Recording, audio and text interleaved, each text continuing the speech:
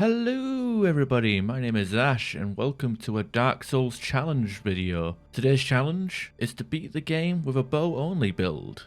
There are many videos of this on YouTube already, but what makes mine so special? Well, you gotta watch to find out. Also, it's in cinematic ultrawide, which Dark Souls Remaster has native support for. Suck it, Elden Ring. We pick a hunter class, give him an appropriate name, and run through the entire asylum, avoiding all enemies, as we have nowhere to defend ourselves until we pick up the bow. We pick up the short bow and 30 standard arrows. This will be enough to take on the asylum demon, however if you do die, you might need to restart the run. We're not using any arrows against the hollows in the asylum, as arrows are a valuable resource, so we squeeze past them and enter through the fog gate to take on the asylum demon. You probably should ignore that. With the asylum demon, we do keep a safe distance from him whilst firing arrows.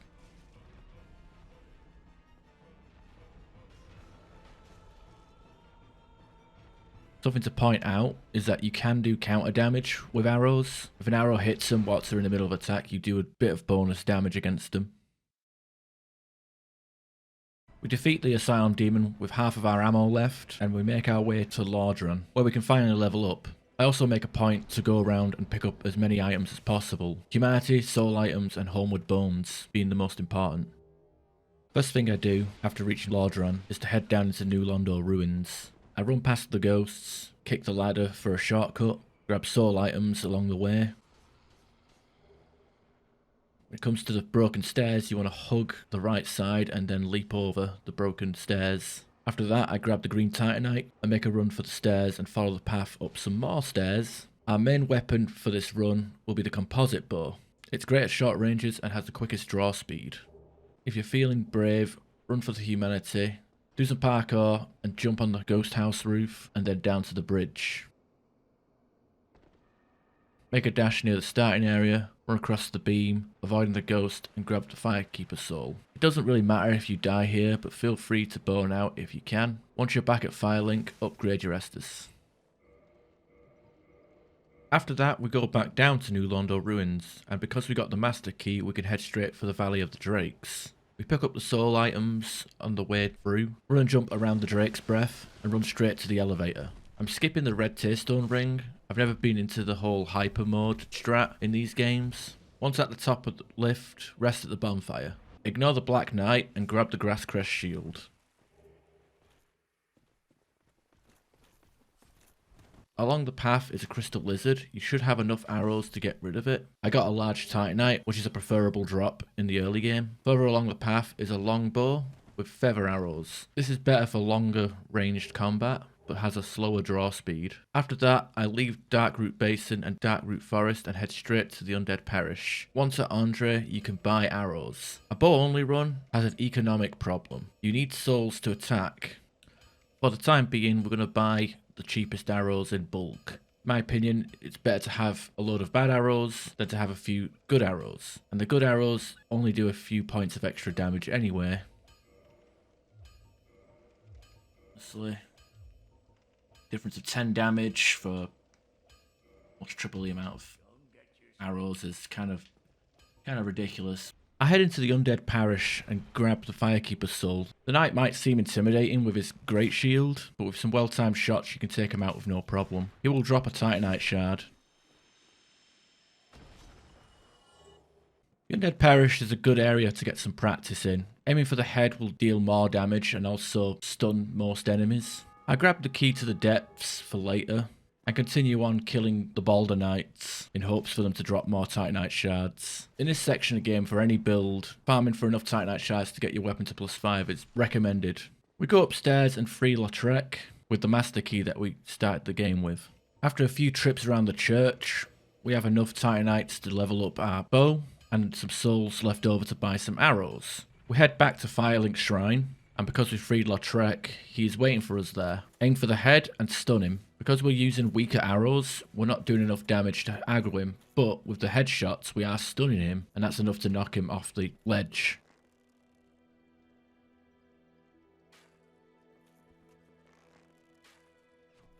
Reload the game and pick up the Ring of Favour and Protection. Also remember to upgrade your Estus whilst you're here. Next part of my plan is to go down into the catacombs. This is quite a risky run for the early game. Maybe try and avoid coming down here with loose humanity and a load of souls. The reason I'm going to the catacombs is to go to the blacksmith at Vamos. We have a +5 composite bow and a green titanite shard from the New Londo ruins. I'm going to make this composite bow do fire damage. The reason for this is I want to do something different. I think. I didn't watch any other bow only runs on YouTube. My assumption would be that most people who are doing bow only ones would just level up decks and use physical attacks. So elemental bows is what I went for in this playthrough, among other weird techniques.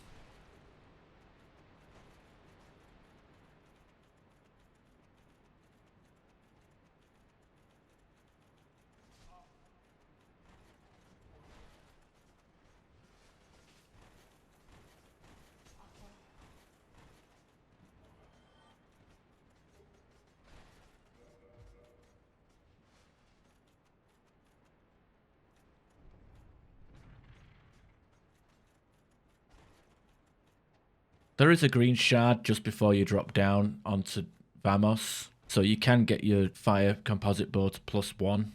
Do yourselves a favour, don't rest at the bonfire next to Vamos, just use a homeward bone and get out of there.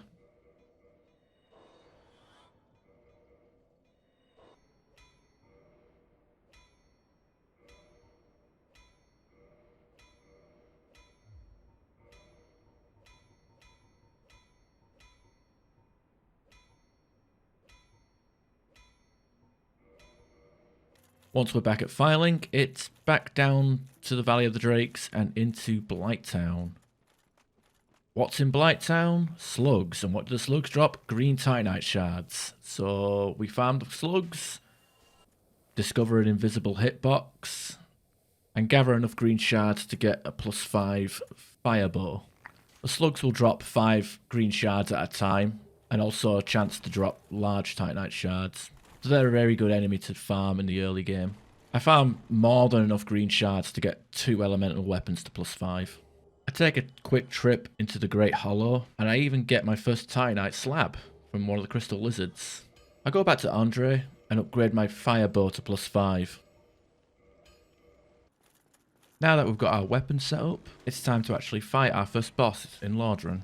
As you can see, a fire composite bow +5 with the arrows available to us does a decent amount of damage, and we kill the Taurus demon with relative ease.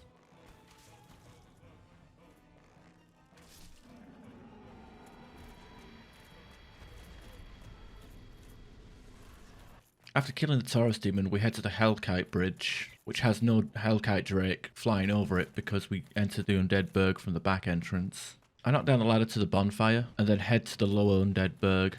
I unlock the gate and light the bonfire. Afterwards, I re-enter Undead Burg, run past Capra Demon, and head to the female Undead Merchant. She sells fire and poison arrows, but unfortunately, these arrows cost 100 souls per shot, which means we need to set up a farming method so we can keep ourselves well supplied with arrows. I run down the aqueduct and unlock the shortcut back to Firelink Shrine. Afterwards, I head into the Undead Burg from the front entrance, which summons the Hellkite Drake. I climb up the ladder from the bonfire up to the bridge, which spawns in the Hellkite Drake. Every time I go on this bridge, the Hellkite Drake will breathe fire and kill all the hollows on the bridge, netting us about 500 souls. Obviously, this is not a very practical soul farm. I mean, for one, I'm not using my bow to kill enemies here, so it's technically cheating. But the main concern here is I do one run and that's only 5 fire arrows. Way too slow for my liking. But this isn't the only way we can farm souls without using our bow and arrow to kill stuff. So what I do is I keep farming souls until I get 20,000.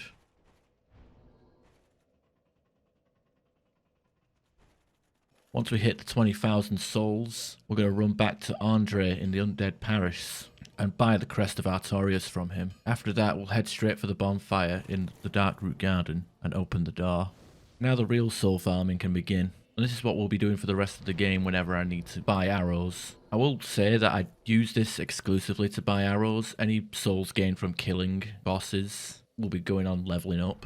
Basically, the trick here is to gain aggro on the forest hunters and then retreat back to the cliff side just below the doorway. And when you hold up your shield, the hunters will run up the stairs and drop down on you. And then in most cases, they will just run over you and fall to their deaths. And in some cases, they'll fall, land on you, and then try and attack you. But when they hit your shield, they'll bounce off and fall anyway. Only 4 of these hunters will respawn, but they'll give you about 7,000 souls per run. And once we get the Mimic Head and the Silver Serpent Ring, that number will increase.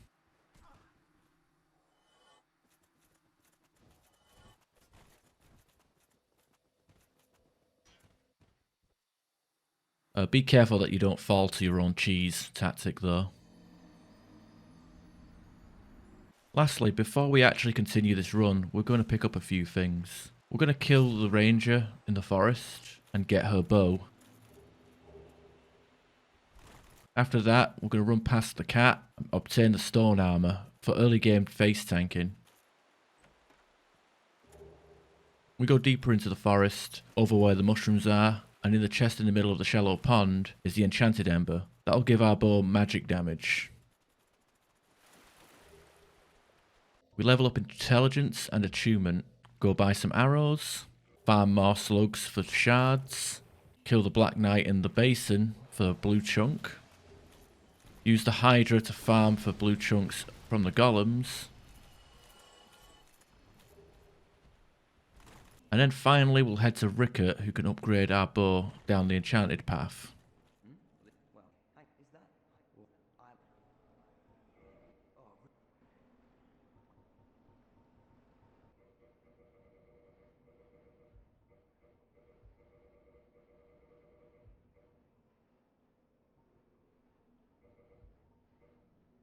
Finally, we can start killing some bosses and get this run going. The first major fight is with the gargoyles. We do great damage, and due to our poise and armor, we can face tank a few hits.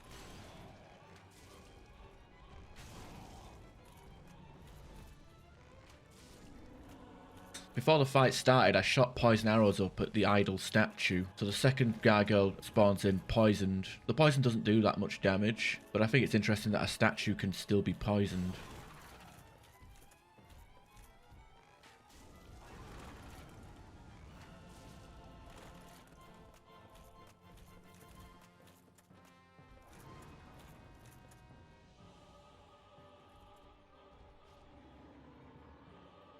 After we kill the gargoyles and ring the bell of awakening, we head into the forest, and the firebow with fire arrows can cause quite a few forest fires. Moonlight Butterfly is next, and it's incredibly easy, just dodge and shoot.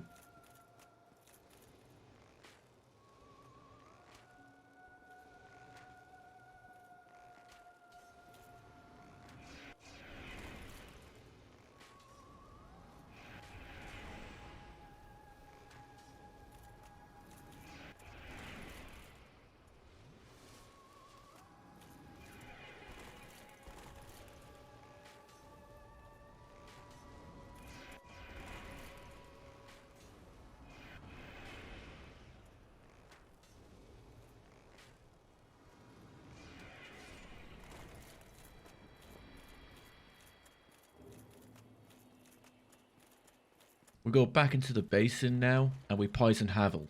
I go and kill the Hydra with relative ease. It takes a bit of time, but as long as you're in a comfy spot where it tends to miss, you should be fine.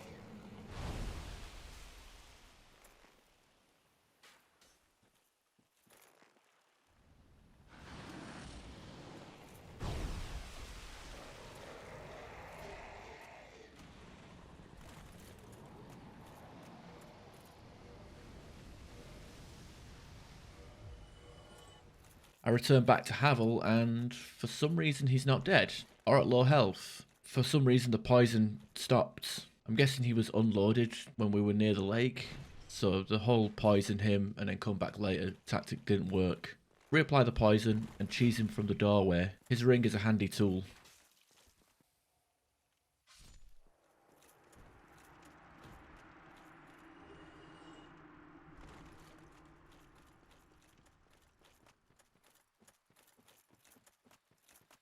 After the Hydra is dead, save quit to spawn in the Golden Golem. Kill the Golem to rescue Dusk. When we summon her near the lakeside, we buy Hidden Body, Cast Light, and the Ivory Catalyst.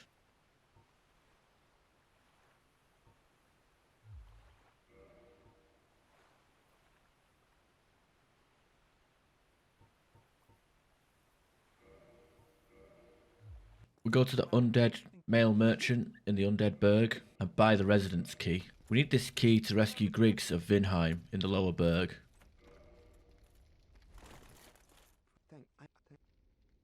Whilst we're down here, we might as well fight the Capra Demon. Equipping the Stone Armour and applying Hidden Body lets us cheese this boss. The dogs can't see us, so we can take them out whilst ignoring the Capra Demon.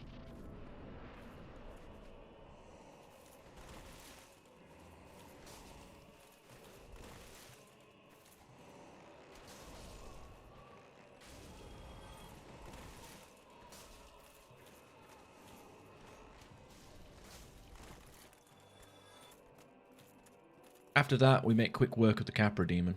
To be honest, the stealth isn't even needed. Best counter to the Capra Demon fight is just equipping armor with poise.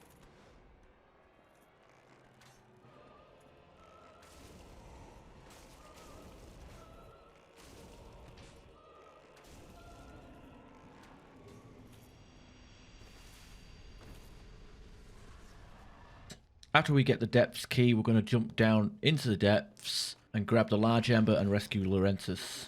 We'll return to Firelink Shrine and buy the Lingering Dragon Crest ring. Talk to Laurentus and receive a Pyromancy Flame. We return to the Undead Asylum and take out the Stray Demon.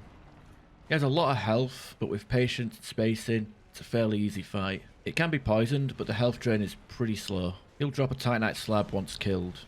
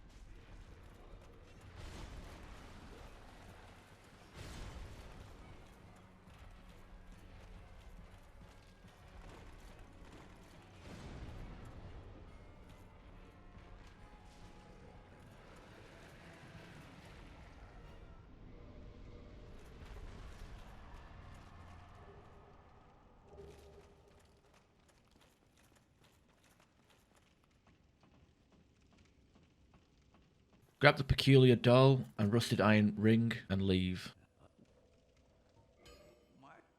Upgrade my bows and invite Pinwheel.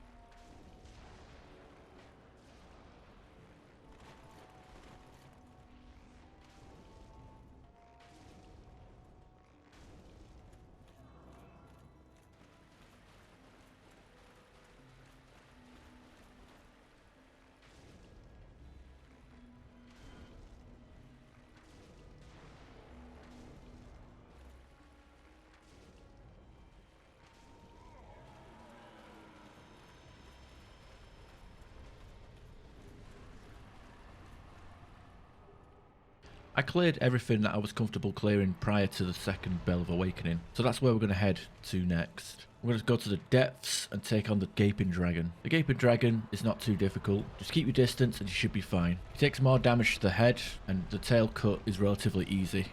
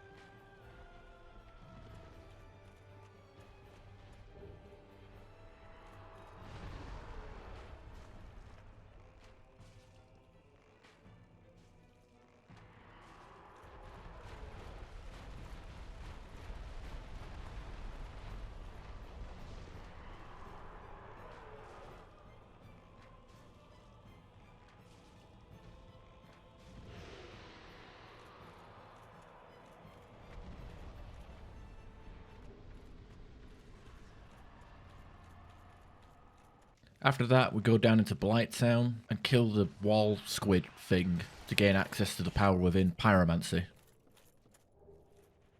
Oh, here she comes. What's that? She'll chew me up. Not really, she's too busy chewing on arrows. We enter Quailag's domain. This is where my plans turn to shit. Quailag is immune to fire and poison, and that's why I made the enchanted bow as a means to get around this issue, thinking she'd be weaker to magic. The problem is, I have low intelligence and the scaling is pretty low, so the damage is really low. The fight starts and I shoot right through her. Brilliant. I'm trying to aim for her human body, as that's prone to being stun locked, so long as you can keep hitting her there. It's a long, tedious fight, but very easy.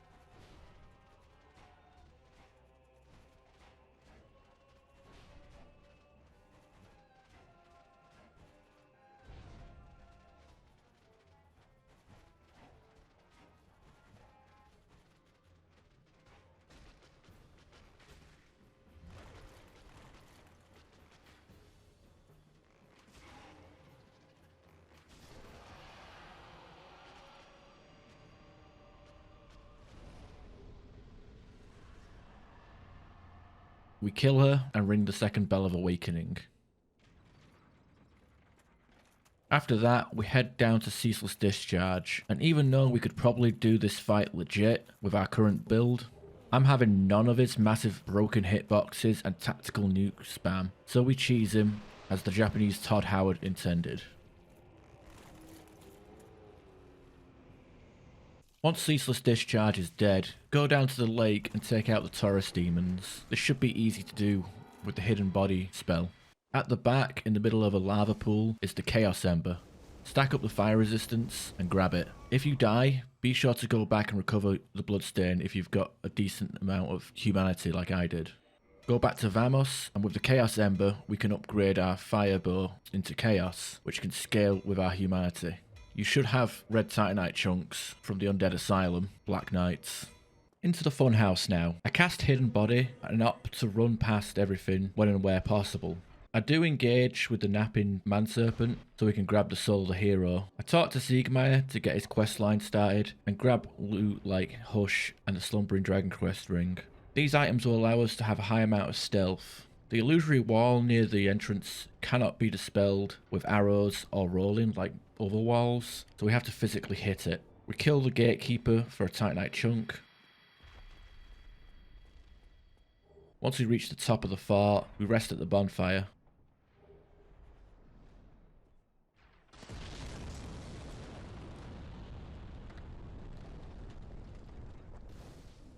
I poisoned the 2 ball giants because I still want poison arrows to be a thing, but we'll have to wait for Dark Souls 2 for that.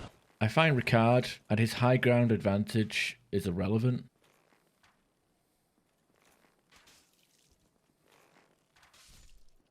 The Crestfallen Merchant sells feather arrows, pretty pricey, but they do decent damage and have a longer range than other arrows. We go below and grab the cage key. The ball thrower dies.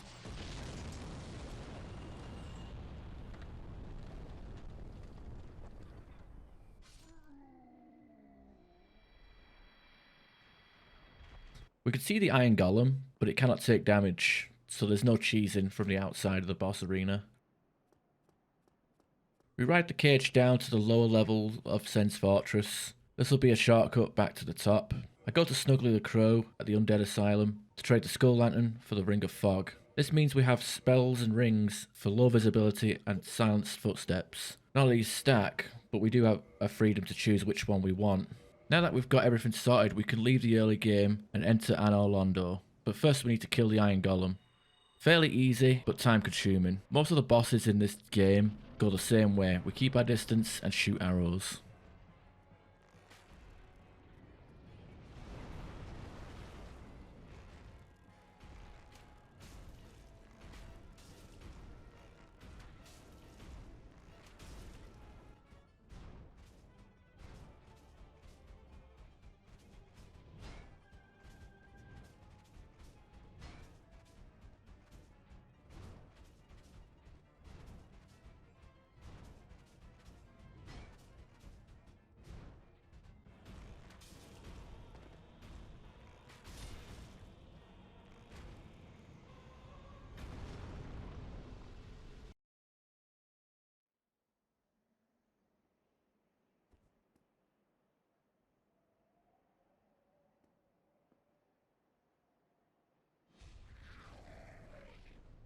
Now that the golem is dead, we can make our way to Anor Londo.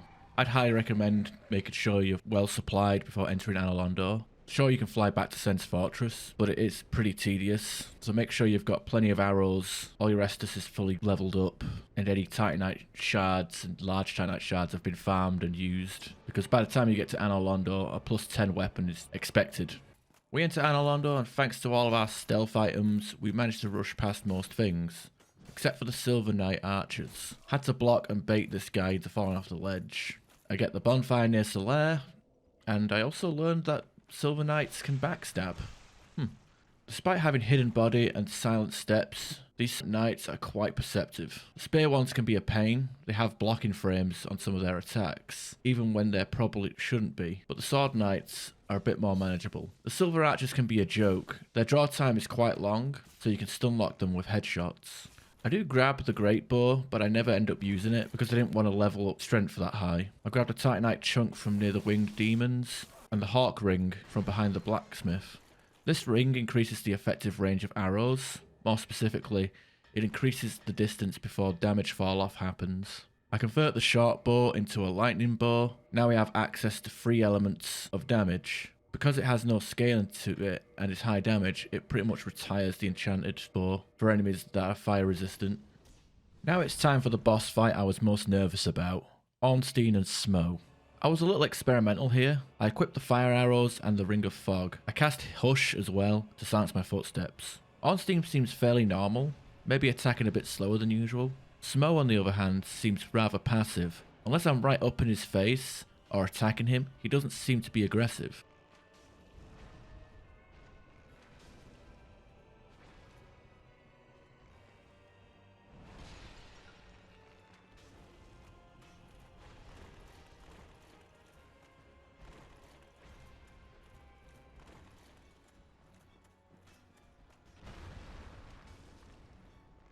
We whittle down Smo's health. Keep in mind that his hammer can work as a shield and block arrows, so timing your shots with his movement is important.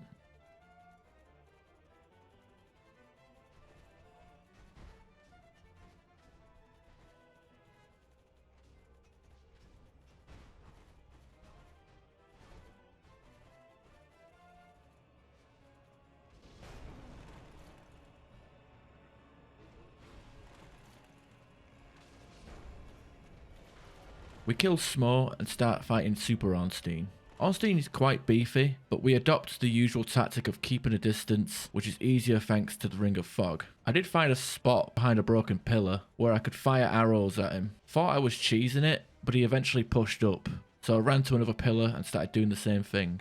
We were both trading ranged attacks, but thanks to the broken column, I was protected from the lightning bolts. His new height allowed me to constantly get headshots. He charges at me again, so I go back to the first spot and repeat the cycle.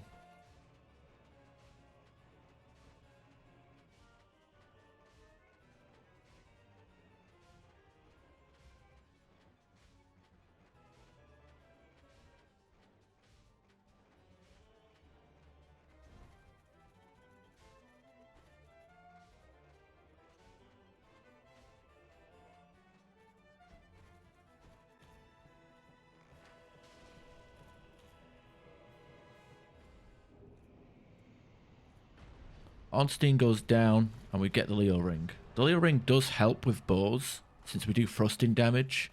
However, it's not completely practical. Mega Melt gives us a Lord Vessel, and now we can fast travel and explore the endgame areas.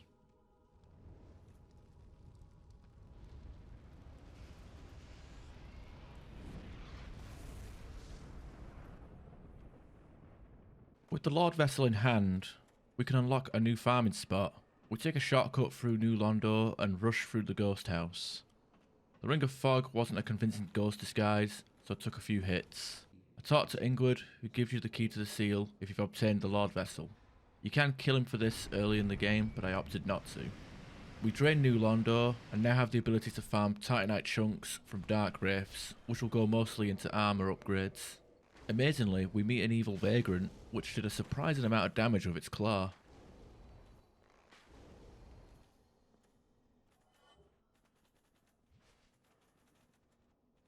Even more amazing is getting a Titanite slab on the same run as seeing the vagrant. Thank you, Japanese Todd.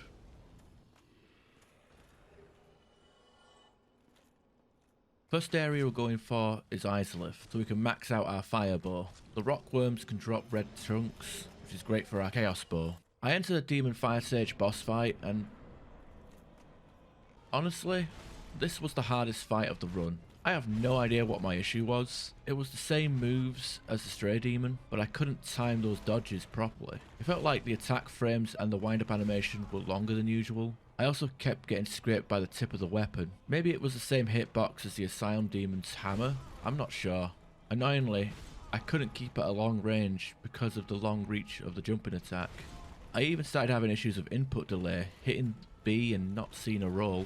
You know, I have thousands of hours in this game, and it's amazing how sometimes one of the easier bosses can still mess you up. It was even changing direction during the mid-air swing. Get that awful Elden Ring design out of my Dark Souls. Another mistake I made was using my Chaos Bow. The Demon Fire Sage isn't immune to fire, and there's some videos that even claim he's weak to fire. This is false. His lowest resistance is lightning, but I didn't have any lightning arrows.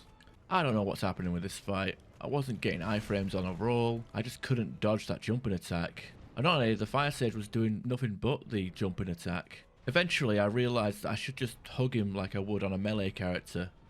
He does less of the gap closing jump attack and does more butt slamming and spell casting.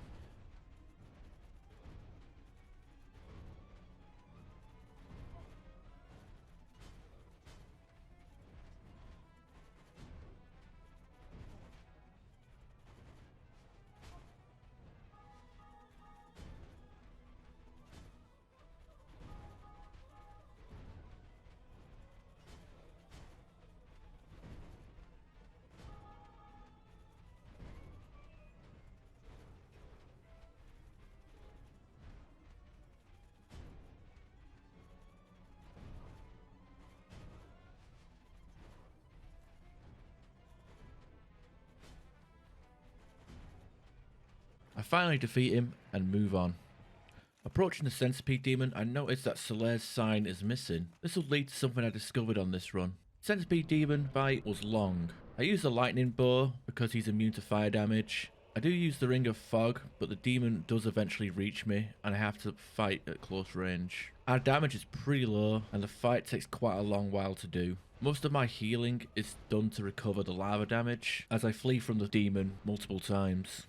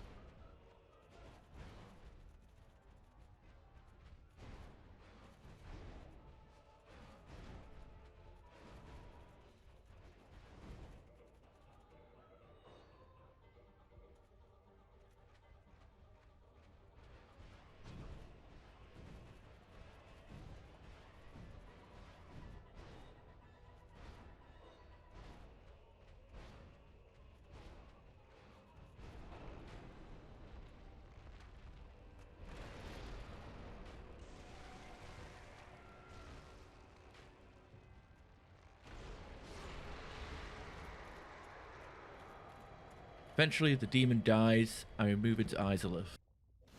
Curiously, Solaire is missing from the entrance. In the main city area, there's Chaos Eaters. They can drop red titanite chunks and even red slabs if you're lucky. Also there's statues which are scary. Ah! We kill the Daughter of Chaos and then Knight Kirk, who gets headshotted and has a silly death spin like Crash Bandicoot.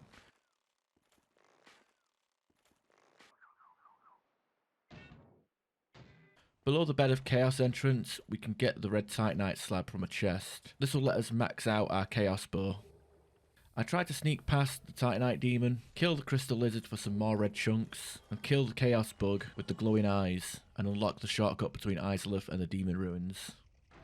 But again, where is Solaire? Well, he's back in Anor Londo. I've never spoke to him there. So I went back to him and spoke to him. Then I met him over at the Sunlight Altar, spoke to him there. Since I was in the middle of doing quest steps, I also met Siegmeyer in Blighttown and gave him some moss. And now Solaire is at the Izalith entrance. But he still doesn't show up in the long hallway with chaos bugs, even on a save and exit. Maybe the game is confused because I went through Izalith the long way, but also killed the red-eyed bug. I end up running up to the bridge to trigger the location change pop-up. As soon as it said Lost Izalith on screen, it spawns in Solaire, and he's crestfallen instead of being driven mad by wearing a sunlight maggot. So today I learned that we can actually save Solaire without joining the Servants of Chaos. Just don't talk to him in Anor Londo until after you've cleared Izalith. Was it all a lie?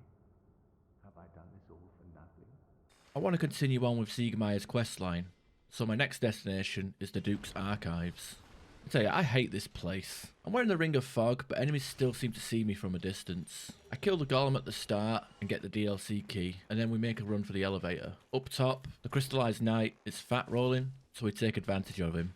I get a preview of the underwhelming damage we'll be doing later, and then die. We're teleported into the cell, and essentially become soft-locked because arrows can't be shot through the bars of the jail cell. So I bonk him with the Ulasil staff. You can skip the first thief encounter by doing a well-timed roll on the elevator, but I didn't want to waste hours trying to pull that off. I never said this was going to be one of those, can you beat Dark Souls with only the bow? It's just a challenge run where I use the bow as my main weapon. Besides, if you think this invalidates the video, then whatever, leave. We're about 40 minutes in. I've got decent viewer retention from you already. Anyway, we got the key and we exit the jail cell. Praise the gate up in the sky, reach the bonfire and navigate through the silly Harry Potter stairs. Unlock the shortcut and grab the giant cell key and crystal ember. We rescue Zieglin from the gold golem in the garden area and tell her about her father. We run through crystal caves and deal with the clams. Now we can fight Seath properly. I switched to the Slumbering Dragoncrest ring, as Seath is blind, so the Ring of Fog is redundant. Wearing the Slumbering Dragoncrest ring will silence our footsteps, so he cannot hear us or see us. The fight starts, and I run to the crystal. Seath will attack and destroy it himself, and this will stun him, letting you run around to the back of him. This is highly recommended if you aim to get the Moonlight Greatsword. Because we're not using the stealth spells, we can use Power Within. I'm also using the Chaos Bow with fire arrows. Despite being a dragon, he's resistant to lightning, which is what I used in the first encounter. I suppose lightning is good against dragon scales, but bad against dragon flesh. I do get the Moonlight Greatsword just for the hell of it. After that, I aim for his head.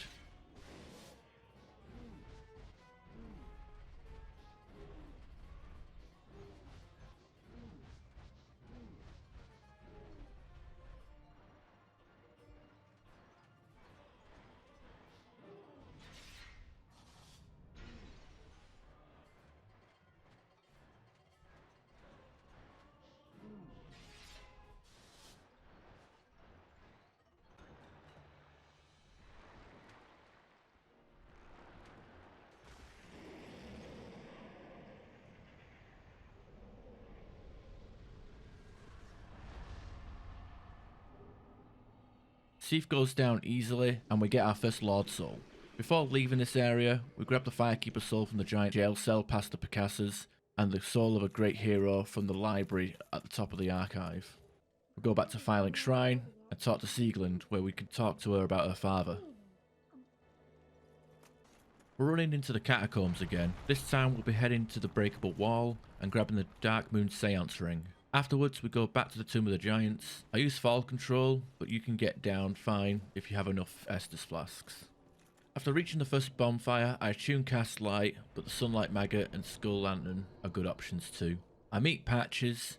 Being that this is the first time I've met him, he'll ask me if I'm a cleric. Always answer no, so he can become a merchant later. I take out the hollowed cleric knights, saving Rhea somehow. I'm not too sure how she gets out of the tomb by herself, and return to Patches. If you don't forgive him, he'll give you the humanity of the cleric knights. Thanks to the player message, I was able to grab the Silver Serpent ring, which will help with the soul farming to keep us leveled and stocked up on ammo.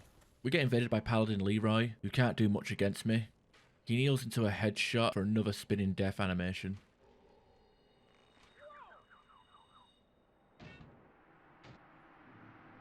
I get to Nito, and his boss fight is fairly annoying. I don't have a divine bow on me, and I get swarmed by skeletons.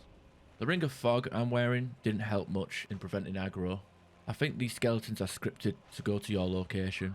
I stick to the entrance side of the arena to prevent any more skeletons from rising. Occasionally, Nito will do an area blast that will knock the skeletons down.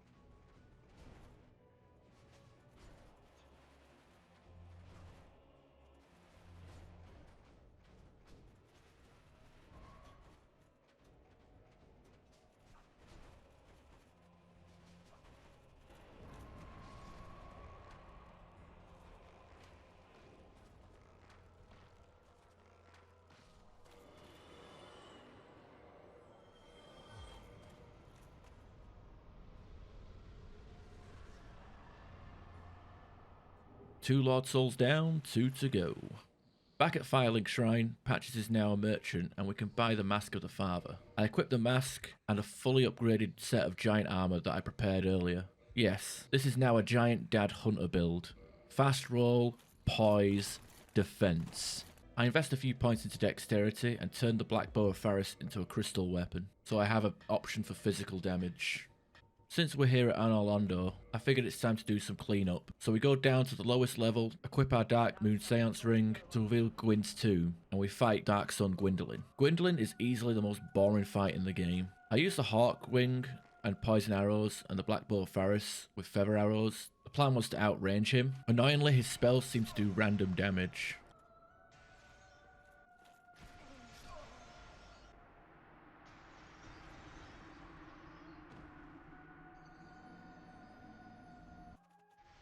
Eventually, I push up enough to get quick headshots on him and stunlock Gwendolyn to death.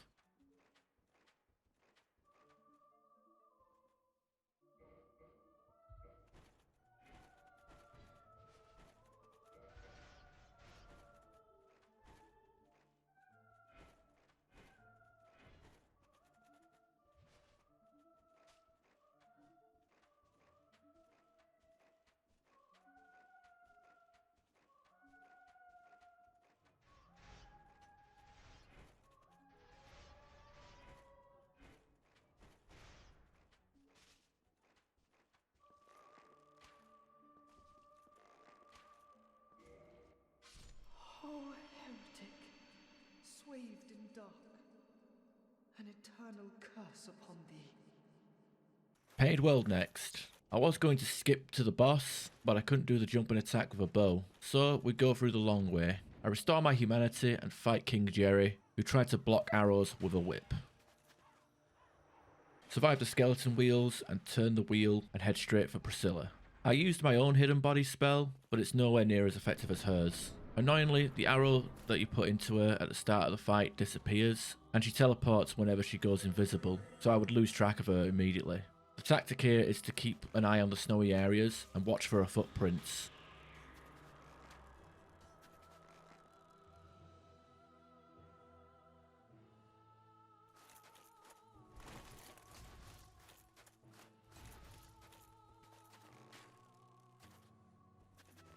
I expected as much from thee.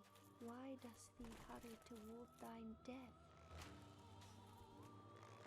Once you get her with one arrow, this arrow stays inside her, and now you can see where she is, and the fight is over with relative ease.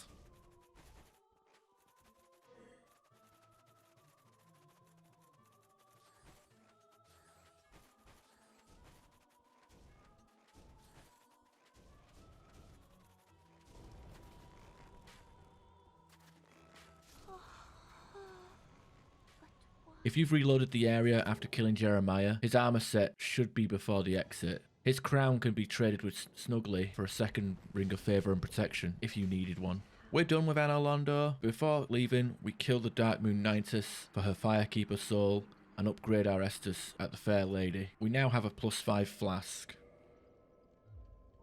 Now we go down to Lost Isleth to finish what we started. Siegmeyer should be in the swamp area below the Bed of Chaos entrance. We weaken but do not kill the Chaos Eaters. This questline step is a nightmare, and even weakened Chaos Eaters can stunlock and kill Siegmeyer. There is an element of luck to this, so if you're not confident about this, back up your save. Once he's done fighting, he'll be confused by you not escaping. If his health is still above half, his questline will continue. Finally, we fight the worst boss in Dark Souls and probably in the entire franchise. I thought this was going to give me grief, but I guess to make up for all the terrible Demon Fire Sage attempts from earlier, I got a really good Bed of Chaos fight. In fact, this was the first time I ever did the boss on a single attempt, without saving and quitting between each phase.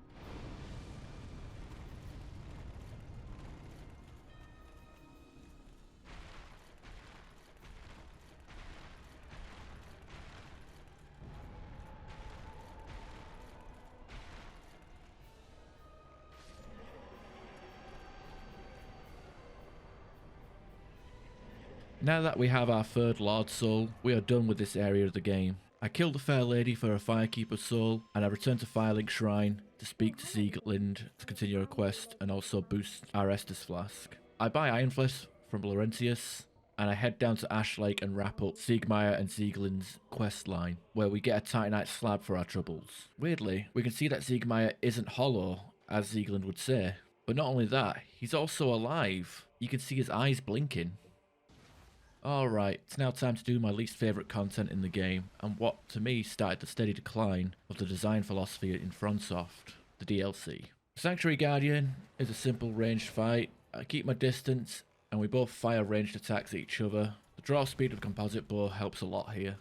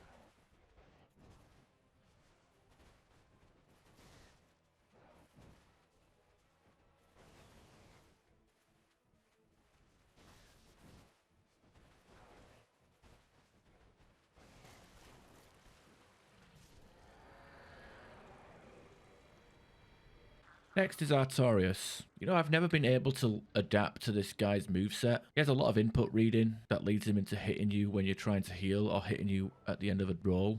Some of his swing times do feel a little inconsistent as well. But the masses love this, and that's why we get super fast enemies with input reading in modern FromSoft games. So fun. So to counter this, I cast Iron Flesh and just face tank his attacks. I can poise most of his attack without Iron Flesh, but the damage reduction is nice as well. The fight is fairly long, but we eventually get him.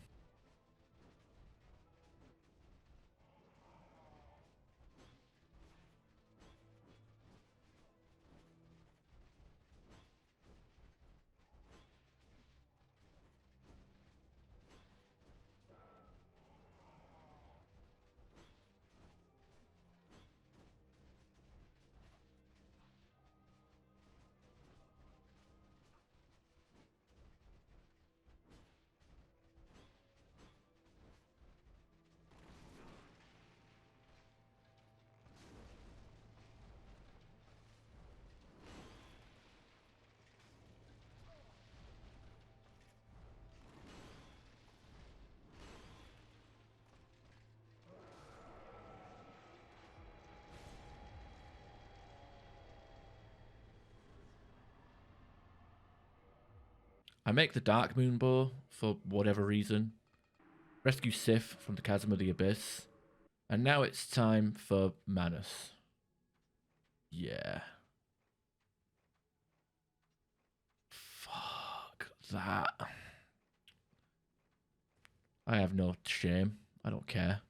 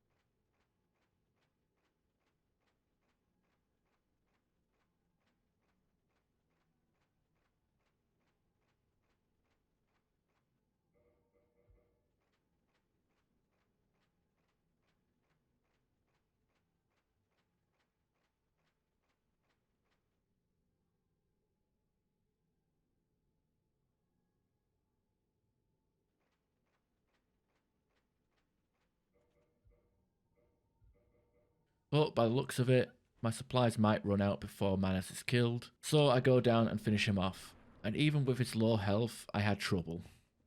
Manus is a monster.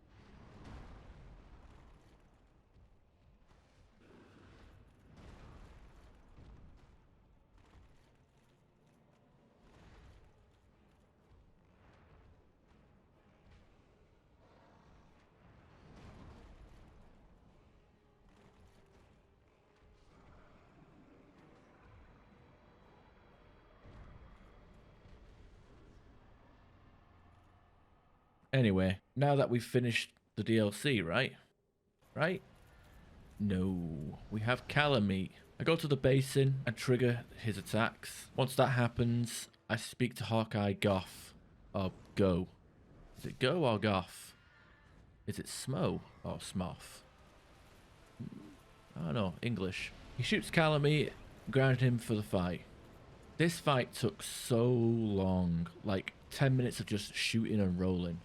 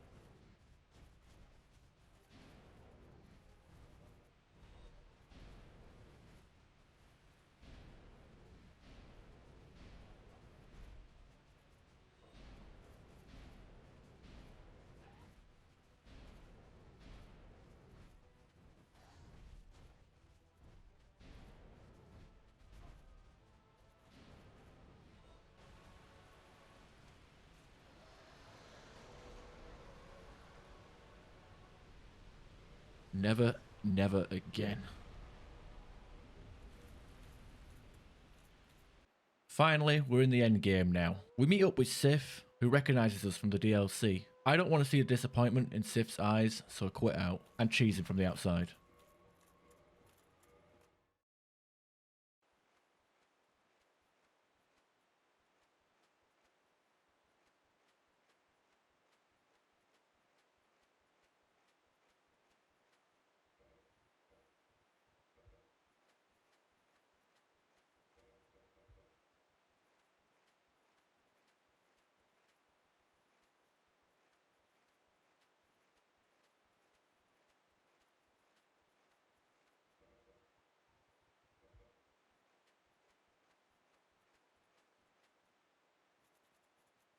Sorry, buddy. Next stop is the Abyss. The four kings are in a weird spot. I was doing decent enough damage where I didn't feel overwhelmed by them, but I wasn't completely obliterating them either. In fact, by the time the fight had ended, there was actually a fifth king spawned in.